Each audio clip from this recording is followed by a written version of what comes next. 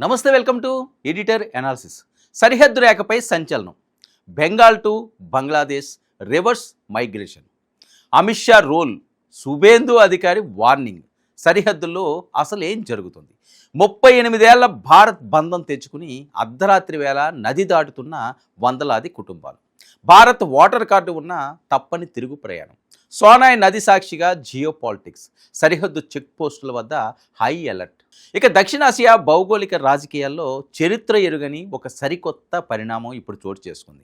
దశాబ్దాలుగా సాగిన చొరబాట్ల చరిత్రను తిరగరాస్తూ సరిహద్దు రేఖల వెంబడి ఒక హై వోల్టేజ్ పొలిటికల్ డ్రామా నడుస్తుంది. ఏ గడ్డపై 10 ఏళ్ల వయసులో అడుగు పెట్టారో, ఏ గడ్డపై ఇల్లు కట్టుకుని పెళ్ళిళ్ళు చేసుకుని పిల్లలను కని వారి పెళ్ళిళ్ళు కూడా చేశారో, ఇన్నాళ్లకు అదే గడ్డను వదిలి వందలాది కుటుంబాలు మోటా ముల్లె సర్దుకుని సరిహద్దుల వైపు అడుగులు వేస్తున్నాయి. ఇక పశ్చిమ బెంగాల్లో మారిన రాజకీయ సమీకరణాలు. కేంద్ర హోంమంత్రి అమిత్ షా ఇచ్చిన బంపర్ ఆఫర్ వెరసి బంగ్లాదేశ్ సరిహద్దుల్లో ఉత్కంఠ రేపుతున్నాయి. స్వచ్ఛందంగా వెళ్ళిపోతే కేసులు ఉండవు అన్న కేంద్ర ప్రకటన, అక్రమ చొరబాటుదారులను ఉండనివ్వం అన్న బెంగాల్ అధికార పీఠం హెచ్చరిక ఇప్పుడు సరిహద్దు చెక్ పోస్టులను హీటెక్కిస్తున్నాయి. అసలు పశ్చిమ బెంగాల్లోని 24 పరగనాల జిల్లా సరిహద్దుల్లో ఏం జరుగుతుంది? భారత్ ఓటర్ కార్డులు ఉన్నవారు సైతం ఎందుకు రివర్స్ మైగ్రేషన్ అవుతున్నారు? సోనాయ్ నదీ తీరాన్ని నడుస్తున్న ఈ జియో పొలిటికల్ థ్రిల్లర్ ఏంటి? ఇప్పుడు వివరంగా చూద్దాం. ఇది మేపల మీద గీసిన గీతలకు, మనుషుల జీవితాలకు మధ్య సాగుతున్న ఒక నిశ్శబ్ద యుద్ధం. భారత్ బంగ్లాదేశ్ సరిహద్దులు ఎప్పుడు అలజడులకు, అక్రమ రవాణాకు కేర్ ఆఫ్ అడ్రస్. కానీ ఇప్పుడు అక్కడ దృశ్యం మొత్తం మారిపోయింది. పశ్చిమ బెంగాల్లోని ఉత్తర 24 పరగనాల జిల్లా హకీంపూర్ సరిహద్దు చెక్పోస్ట్ అది. గత కొన్ని రోజులుగా ఈ ప్రాంతం ఒక మానవీయ రాజకీయ ఉత్కంఠకు వేదికైంది. ప్రతిరోజు ఉదయం కాగానే పురుషులు, మహిళలు, చంటి పిల్లలతో కూడిన వందలాది కుటుంబాలు మోటా ముల్లెలు పట్టుకుని ఇక్కడికి చేరుకుంటున్నారు. నిన్నటి వరకు భారతీయులుగా చలామణి అయిన వీరంతా ఇప్పుడు తాము బంగ్లాదేశీయులమంటూ స్వచ్ఛందంగా ఒప్పుకుంటూ సరిహద్దులు దాటడానికి క్యూ కడుతున్నారు. ఈ స్టోరీలో మొదటి క్యారెక్టర్ బచ్చు మున్షి. సరిగ్గా 38 ఏళ్ల క్రితం 10 ఏళ్ల వయసున్న ఒక చిన్న పిల్లాడిగా తన తల్లిదండ్రులు చేయి పట్టుకుని అక్రమ మార్గంలో భారత్లోకి అడుగుపెట్టాడు.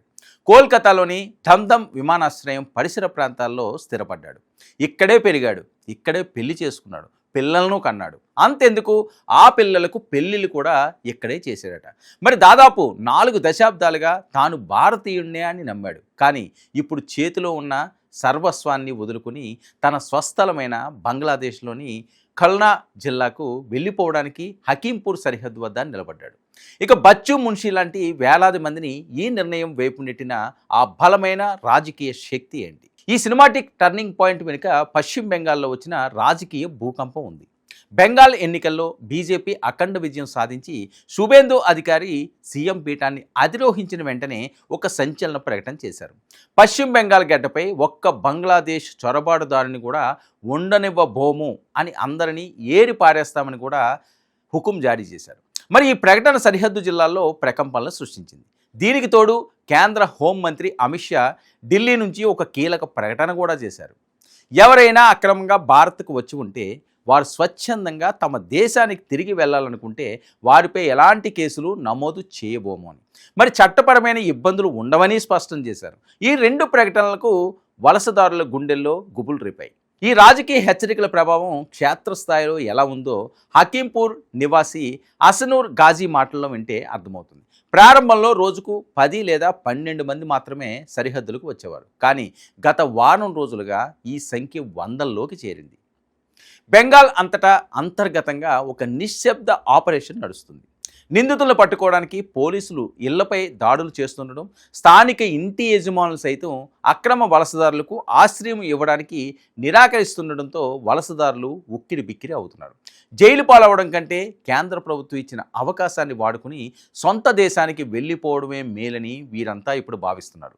హకీంపూర్ సరిహద్దు చెక్పోస్ట్ దాటితే తరాలి గ్రామం, ఆపై సోనాయ్ నది వస్తుంది. ఈ నదికి అవతల వైపే బంగ్లాదేశ్లోని సత్కీరా జిల్లా ఉంది. మరి ప్రస్తుతం ఈ సరిహద్దుల వద్ద రక్షణ దళాలు మరియు స్థానిక పోలీసులు భారీ స్క్రీనింగ్ ప్రక్రియను కూడా చేపట్టారు. సరిహద్దుకు వస్తున్న ప్రతి కుటుంబాన్ని ఒక పాడుపడిన ఇంట్లో వేచి ఉండమని కోరుతున్నారు. అక్కడ నుంచి పోలీసులు ఒక్కొక్క కుటుంబాన్ని పిలిచి వారి పత్రాలను క్షుణ్ణంగా తనిఖీ చేస్తున్నారు. వారి బయోమెట్రిక్ వివరాలు సేకరిస్తున్నారు. ఫోటోలు కూడా తీస్తున్నారు. మరి బంగ్లాదేశ్లో వారి పూర్వీకుల ఇల్లు ఎక్కడుంది, వారి గుర్తింపు ఏంటి అనే వివరాలన్నీ కంప్యూటర్లో నమోదు చేస్తున్నారు. ఇదంతా ఒక పక్కా ప్లాన్ ప్రకారం జరుగుతున్న హై ప్రొఫైల్ ఆపరేషన్. ఈ కథనంలో అత్యంత షాకింగ్ ఎలిమెంట్ ఏంటంటే, ఇలా బంగ్లాదేశ్ వెళ్ళిపోతున్న వారిలో చాలామంది వద్ద భారతదేశానికి చెందిన అసలైన గుర్తింపు కార్డులు ఉన్నాయి.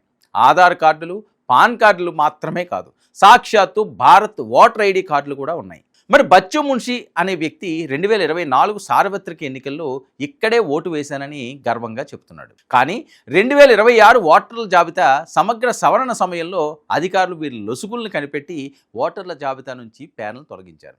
దాంతో వీరి రక్షణ కవచం ముక్కలైంది. ఓటర్ కార్డులు ఉన్న చట్టం నుంచి తప్పించుకోలేమని నిజాన్ని ఈ వ్యవస్థ ఇప్పుడు నిరూపిస్తుంది. మరి సరిహద్దుల్లోని తాత్కాలిక హోల్డింగ్ సెంటర్ల నుంచి రాత్రి వేళల్లో వీరిని ప్రత్యేక బస్సుల్లో అమోదియా అనే కాలినడక సరిహద్దు ప్రాంతానికి తరలిస్తున్నారు. అక్కడి నుంచి సొనాయి నది మీదుగా బంగ్లాదేశ్కి పంపుతున్నారు. నజ్మా, రైసా పర్వీన్, షేక్ మసూద్ లాంటి ఎంతోమంది వలసదారులు తమ భవిష్యత్తుపై ఆందోళన చెందుతూనే భారత్ను నేడు వదిలి వెళుతున్నారు.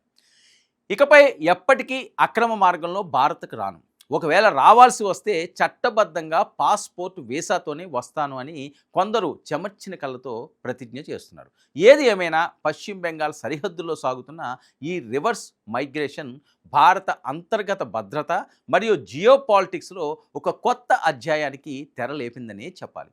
ఇది ఈనాటి editor analysis. Stay tuned to 99 news.